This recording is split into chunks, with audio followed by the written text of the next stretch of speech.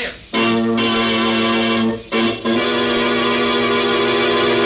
Yes, it's another case for that most famous of all manhunters, the detective whose ability at solving crime is unequaled in the history of detective fiction. Nick Carter, Master Detective, presented by the three great Linex home brighteners. Linex Clear Gloss, Linex Cream Polish, and Linex Self-Polishing Wax. Created by Acme, America's great producer of Acme quality paints.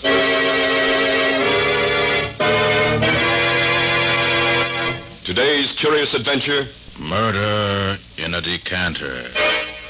Or Nick Carter and the mystery of the missing body. In just a moment, we'll hear how Nick Carter solved the mystery of the Decantur murder. But first, I want to ask you something. Does your home have that inviting holiday look the whole year round? It can have. Yes, just as Chemtone, the miracle wall finish, has brought new beauty to your walls, so the three great Linex home brighteners will bring added loveliness to your floors, woodwork, and furniture. Linex Self-Polishing Wax, which beautifies your floors with a satiny yet tough non-skid finish that resists wear, water, and dirt. Linex Cream Polish, which cleans as it polishes, leaving no oily film on your furniture. And Linex Clear Gloss Varnish, the durable super varnish that dries to an elastic, transparent surface which protects all wood and linoleum in your home. You'll find the three great Linex home brighteners at your hardware, paint, or department store.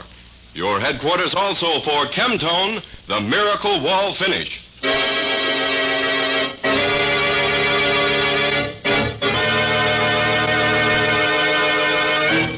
And now for today's mysterious adventure with Nick Carter.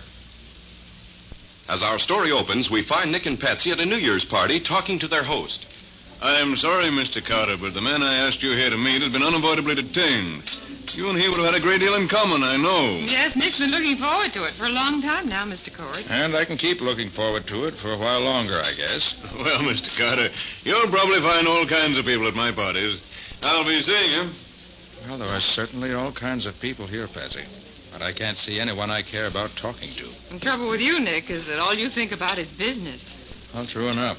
But in my business, I meet people who are interesting and frequently intelligent, even if they are crooks. But here... There are probably interesting characters here if we only knew which ones they are. Yes. Now look at that man just coming into the room. If you can call him a man. Oh. Mackley, I believe his name is. Typical gigolo if I ever saw one. And he's not contented with drinking at the bar. He's carrying his own private decanter of whiskey right along with him. Yes, he's hardly an attractive type. To me, that is. I understand that he's considered very attractive by many women, however. Do you know him? No, but I know something about him. For one thing, I understand that he and our hostess are pretty thick. And that he... Uh-oh, he's coming over here. I hope he doesn't want to stick around. Having fun, Carter. Great party, isn't it? Yes, if you like it. Well, I've just been giving a bit of extra attention to our lovely hostess. She's almost out. Shouldn't drink so much, you know. The lovely Cynthia just can't take it, I'm afraid. Is she all right, Mr. Mackley? Oh, yes. Practically speaking. I just left her on the divan in a small den upstairs. Gave her a little snifter and left her there to sleep it off. The small den? Yes, her upstairs library where she keeps her account books and whatever. Nice private little place to get rid of that too much, too fast feeling, you know. Yes, I see. That's why that whiskey decanter you're carrying around, I suppose, Mr. Mackley. Oh, yes. I can now put it back on the shelf behind the bar where it belongs. Cheerio. What an unpleasant creature. Yes. If Cynthia wants to two-time her husband for a thing like that, I certainly don't admire her taste. Well, I've had enough of this anytime you have, Nick. Shall we leave here? You're Mr. Carter, the detective, aren't you? Why, yes, I am. It must be thrilling to be a detective. Well, I suppose that's all in the point of view, Miss... Bentham, Carla Bentham. My brother's Wallace Bentham, Mr. Cord's private secretary. Oh, yes. Mr. Carter. Yes, Miss Bentham. Will you please help me find my brother?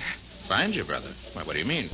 I'm sure he's here in the house somewhere, but I can't find him. I'm really terribly worried. But why? He was to have taken me home an hour and a half ago, Mr. Carter, at 11 o'clock.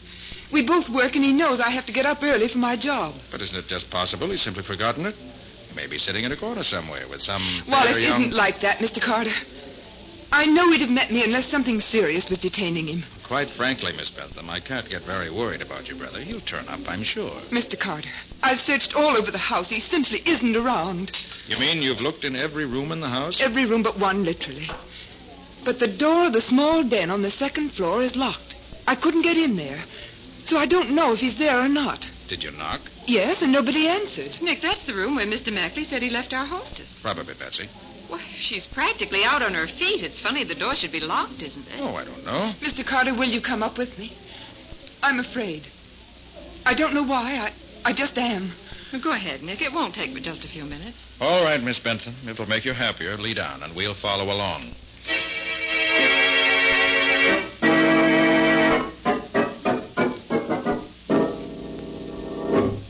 It's right over here, Mr. Carter. Is this where the 40 thieves hung out? How do you mean? Look at the size of those jars or urns or whatever you call them. 2 at the head of the stairs and 2 more on the landing. Boy. They're Oriental, I believe. Brought back by one of Mr. Cord's ancestors. This is the room. Here. The door's locked, all right. Well, let's try knocking. You see? No answer. Well, the detective's supposed to look through keyholes, so I might as well live up to my reputation. Yes, I think I will have a look in there after all. Well, something is wrong, Nick. Mr. Carter, what is it? You'll see in just a moment. And it won't be pleasant, I warn you. And let me get this door open. There. Nick, that's Mrs. Cord. That was Mrs. Cord. Oh, the whole top of her skull is smashed in. Oh, Nick. Wallace? Wallace? There's obviously no one in this room but the body. But Wallace, where's Wallace? This is the only place where he could be, and he isn't here. He isn't. Please, Miss Bentham. This is a matter for the police. I hope Lieutenant Riley doesn't mind being hauled out of bed in the middle of the night.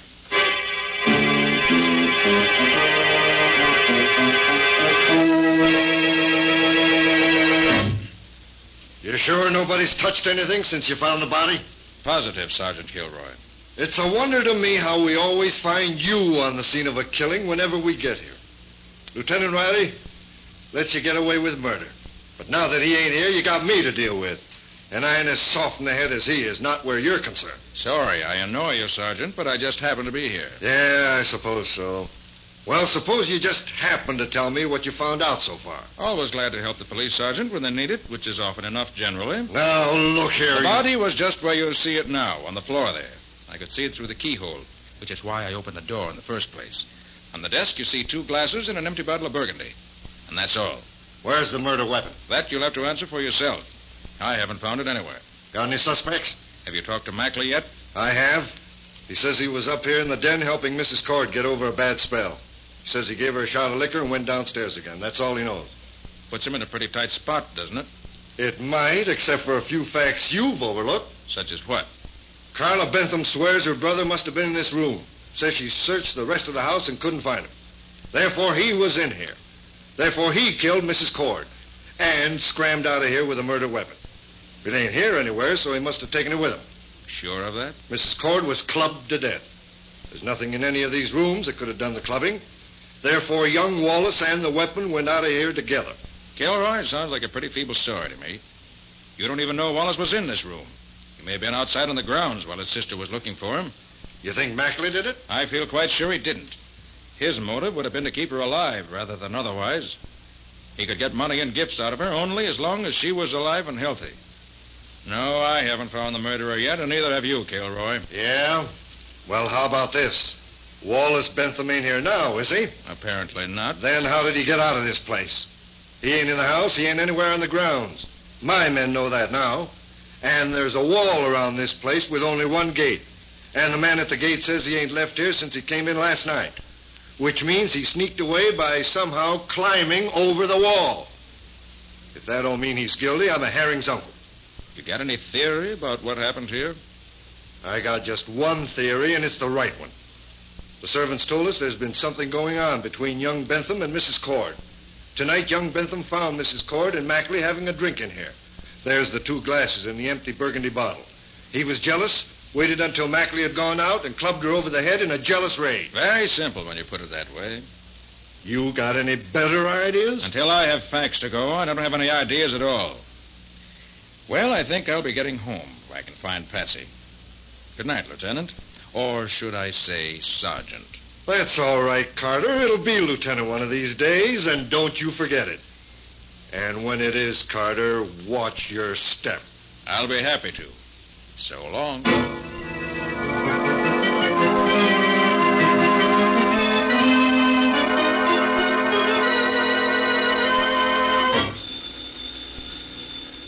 All right. Nick Carter's office? Mr. Carter, this is you-know-who. Don't mention my name. Oh, yes, I recognize your voice. Can you What is come? Can you come to 2343 Aldine Street at once? I'm in terrible trouble. Terrible. But what's the matter? I can't tell you on the phone. For the love of heaven, come. All right. Lucky you caught me. I was just going out to dinner. Be right over.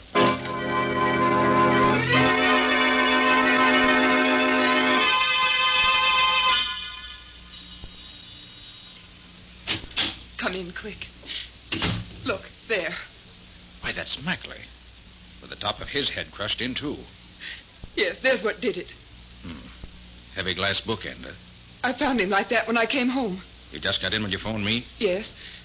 I opened my door, and there he was. Been dead less than an hour, I should say. Oh, what will the police say? And after what happened to Mrs. Cord last night. Yes, Sergeant Kilroy will undoubtedly have plenty to say. How do you suppose Mackley got in here? He may have picked the lock. Or Or what? my brother Wallace had the only other key to my apartment. If he were here and opened the door to find Mackley there instead of you, you might have swung with the bookend. I wonder. Miss Bentham, how well do you know Mr. Mackley? I only met him once before last night. If he's almost a stranger, why should he come here to see you? I don't know. And that's the truth. Let's see what he has in his pockets. Maybe that'll tell us something. Usual junk man carries around. Pencils, pen, receipted bill, check for his car in a parking lot around the corner. Oh, see here. This is addressed to you. What is it? Says, Dear Miss Bentham, I've phoned all day to try to get in touch with you.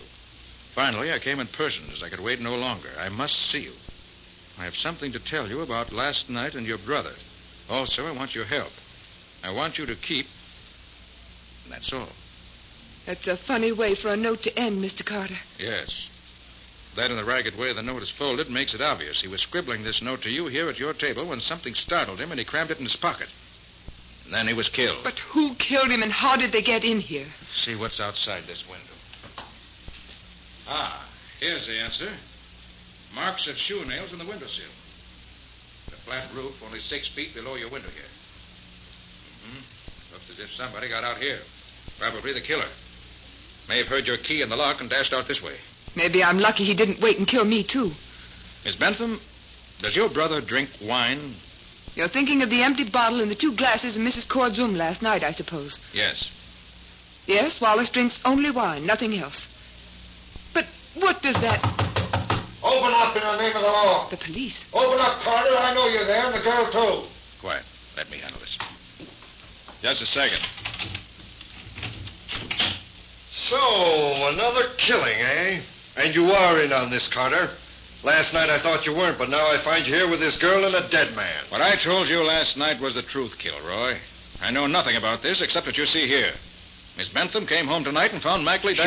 Sure, I know. Hold out your hands, Carter. What are you figuring on, Sergeant? What do you think? You're in this thing up to your neck. I'm taking you in and locking you up.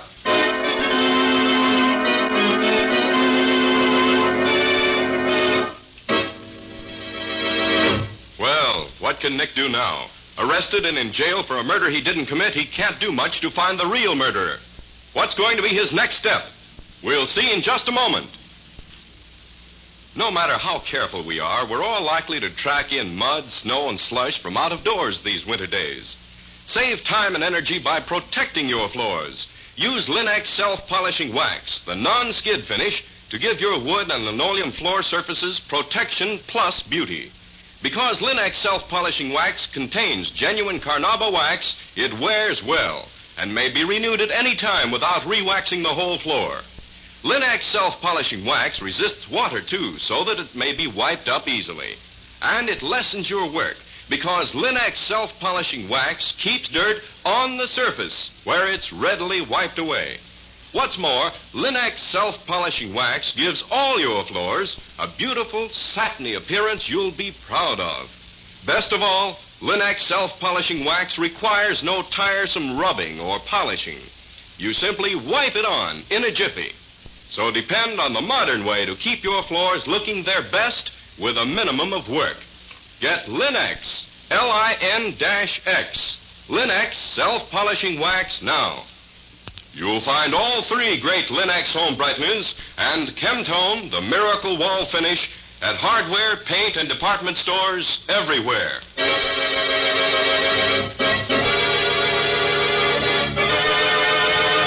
And now back to our story. We left Nick trying to talk Sergeant Kilroy out of arresting him for murder, but without much success. You're in this thing up to your neck, and I'm taking you in and locking you up. Well, that's absurd, Kilroy. I had nothing to do with it. Put your hands out, Carter. Kilroy, you're a fool. Why, you interfere. Shouldn't hit a policeman, Mr. Carter. I know it, but I had to do it. I've got to be on the loose for a time. I'm just beginning to make sense out of this. Come on. Where? Kilroy was alone when he came up here, but he must have men downstairs. We have to get out of here before they come here looking for him. You got any money? Yes, some. Good. Go to a side street hotel somewhere and register under an assumed name. I'll be at the Green Hotel under the name of John Nicholas. But don't call me unless it's very important.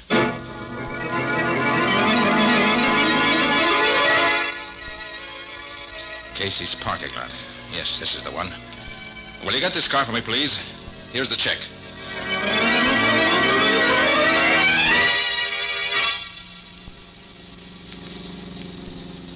Yes, this ought to be far enough away. Now, let's see if there's anything in this car of Magley's. Nothing inside here. Well, maybe he has something in the rear compartment. Now, which one of these keys unlocks this? There. Ah, hat box, huh? But that's a whole lot heavier than any hat box I ever... Uh-oh. I'll have to postpone this investigation for now. I better get out of here.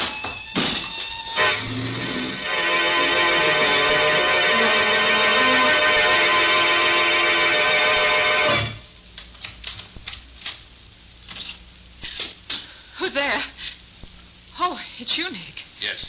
So long since you've used that private entrance of yours, I'd almost forgotten about it. It's been a long time, Patsy, since I've had to get into my office without anyone seeing me. What have you done now? Oh, Sergeant Kilroy and I had a little argument, and I won by a knockout. Oh, Nick, you didn't. I had to. It was Kilroy or me. So that's why those two cops have been hanging around out in front here for the last hour. What's going on? Plenty.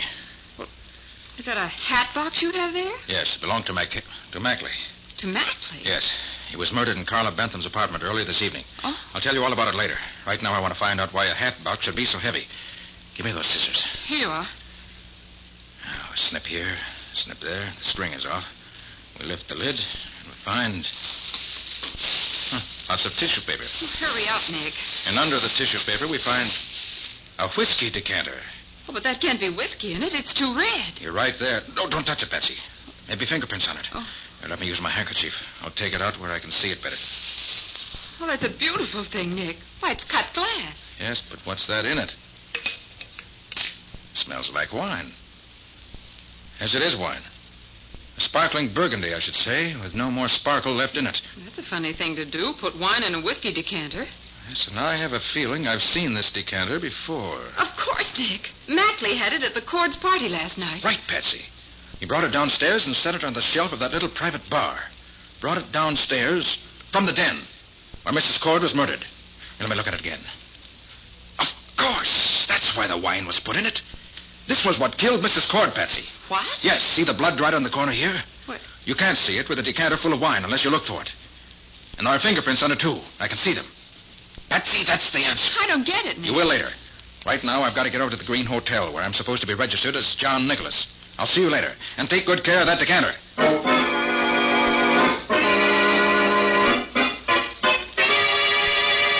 Oh, I wonder why I ever picked out such a dump to come to. Should at least have picked a radio. Yes? Can you come to see me again? Right away? What is it this time? Something special. Wallace is coming to see me, and I thought... Wallace. Your brother? Yes, and I thought he could get some advice for from you. How do you know he's coming? He just phoned me. Said he'd be here in 5 minutes. But that's utterly and completely impossible. That's what he said. How do you know where to phone you? I guess he must have been near my hotel when I left and followed me here. Can you come? You bet I'll come. I wouldn't miss it. Where are you? The mall. Ask for Helen Laughlin. I'll be there in 10 minutes.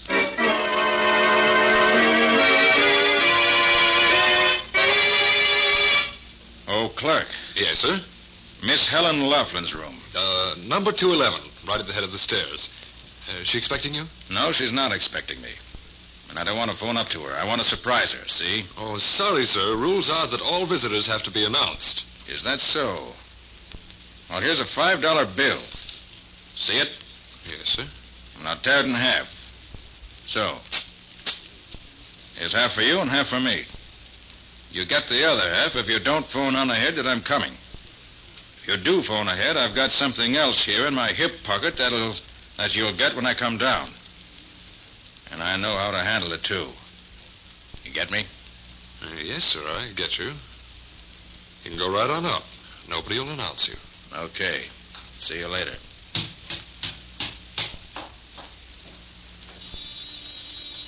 Come in.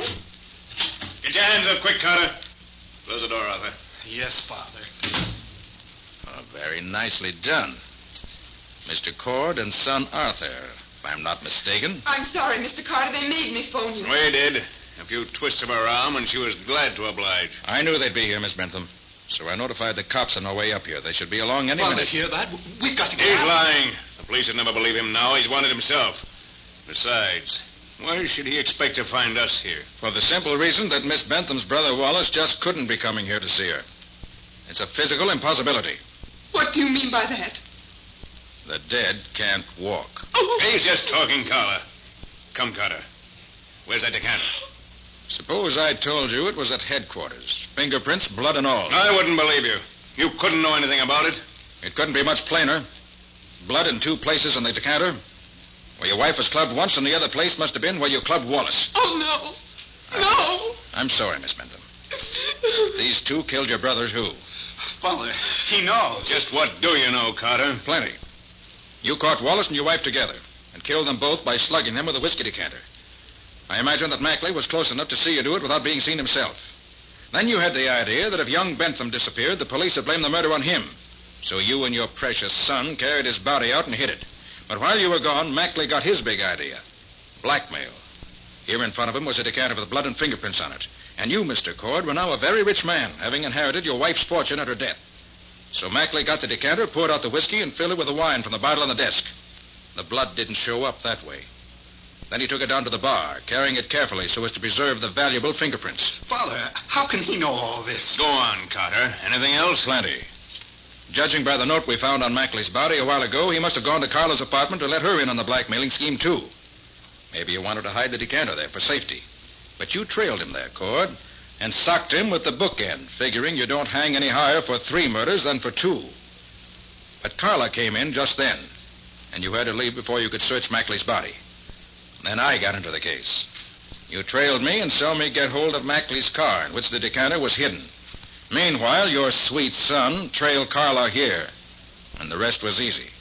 Force her to call me and then force me to produce the incriminating decanter. You're a fool. Why should I kill my own wife? Because she had money and because you were broke. That and a jealous disposition are motive enough. Okay, so I killed her. Now I want that decanter. You'll call the messenger on that phone. Tell him where to bring it to you at once.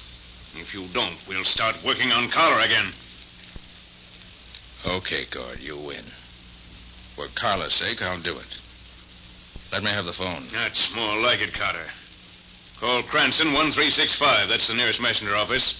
Here, take the receiver. I'll dial it for you. Very well.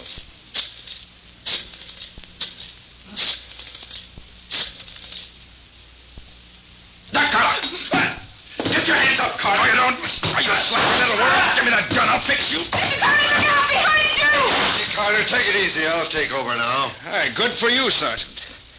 Well, did you hear anything while you were out there? I heard enough to send the old boy to the chair. I'm glad you got my message okay. Message? I didn't get any message from you. The hotel clerk downstairs phoned and said... That was the message I sent you. After I threatened him with my gun and flashed a torn $5 bill on him, I knew he'd get in touch with headquarters right away. Smart fellow, that clerk. Wouldn't let anyone put anything over on him.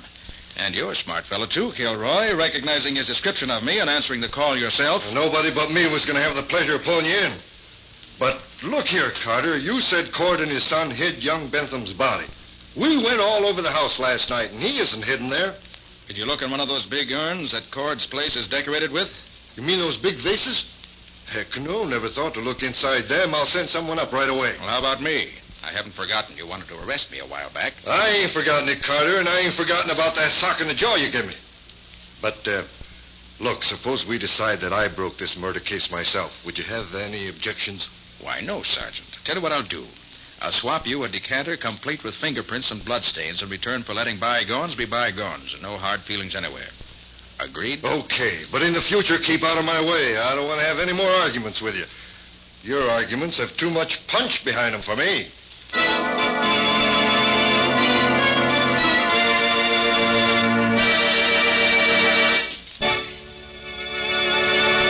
In just a moment, Nick and Patsy will return with a preview of next week's exciting case. But before they do, here's a New Year's resolution for you, one you'll find it easy to keep. The resolution that this year you'll make your home a more pleasant, more inviting place to be. With the 3 great Linux home brighteners, it's always easy to keep your floors, furniture, and woodwork shining clean. Take Linux Cream Polish, for instance, which gives your furniture a handsome, lustrous look in half the time. Yes, it's true, for Linux Cream Polish cleans as it polishes, saving you one whole step in your cleaning day routine, and removing in one quick application the cloudy accumulation of dust and previous polish. Linux Cream Polish banishes messy fingerprints and helps conceal ugly scratches, too. And it leaves no oily film to attract more dust, to make more work. So be sure to ask your dealer for Linux Cream Polish. Get all 3 great Linux home brighteners. That's Linux, spelled L-I-N-X. You'll find them, Linux Self-Polishing Wax, Linux Cream Polish, and Linux Clear Gloss Varnish at your nearest hardware, paint, or department store.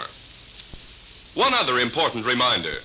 This is the final week of the great 6th War Loan Drive.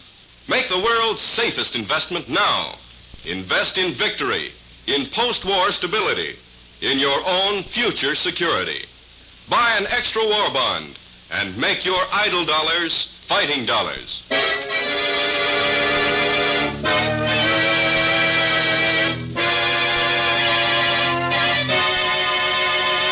And now let's hear from Nick Carter himself. How are you going to start the new year off, Nick? Have you got a good story for us? Well, I think so, Ken. A friend of mine, a college professor, was shot in his own home just a few minutes before I got there to see him. The motive was not robbery, but we couldn't find any other motive either. And as Nick didn't take me with him on that trip, he didn't have the advantage of my experience and training as a super detective. Which was a great mistake, Patsy, as Nick undoubtedly found out. Another murder followed on the heels of the first, and a third victim was nearly added to the list. The said third victim being Nick himself. Yes, I came nearer the end that time than at any other in my life. What do you call it, Nick? I've called it Monkey Sees Murder. Or the mystery of the Peruvian red mark. Well, listen next week for further details. So long for now.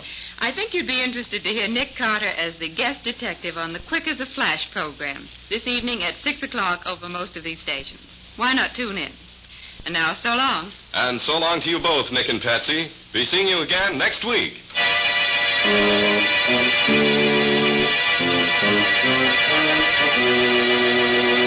Next week at this same time, listen to another curious experience of Nick Carter, Master Detective, entitled Monkey Sees Murder. Or Nick Carter and the Mystery of the Peruvian Red Mark. Nick Carter, Master Detective, is featured in Street and Smith magazines. Lon Clark is starred as Nick with Helen Choate as Patsy. Original music is played by Lou White, and the programs are written and directed by Jock McGregor. And now the 3 great Linux home brighteners, Linux Clear Gloss Varnish, Linux Cream Polish, and Linux Self-Polishing Wax, created by Acme White Lead and Color Works, America's great producer of fine Acme quality paints, wishes every one of you real contentment and success during the new year. Ken Powell speaking. This is Mutual.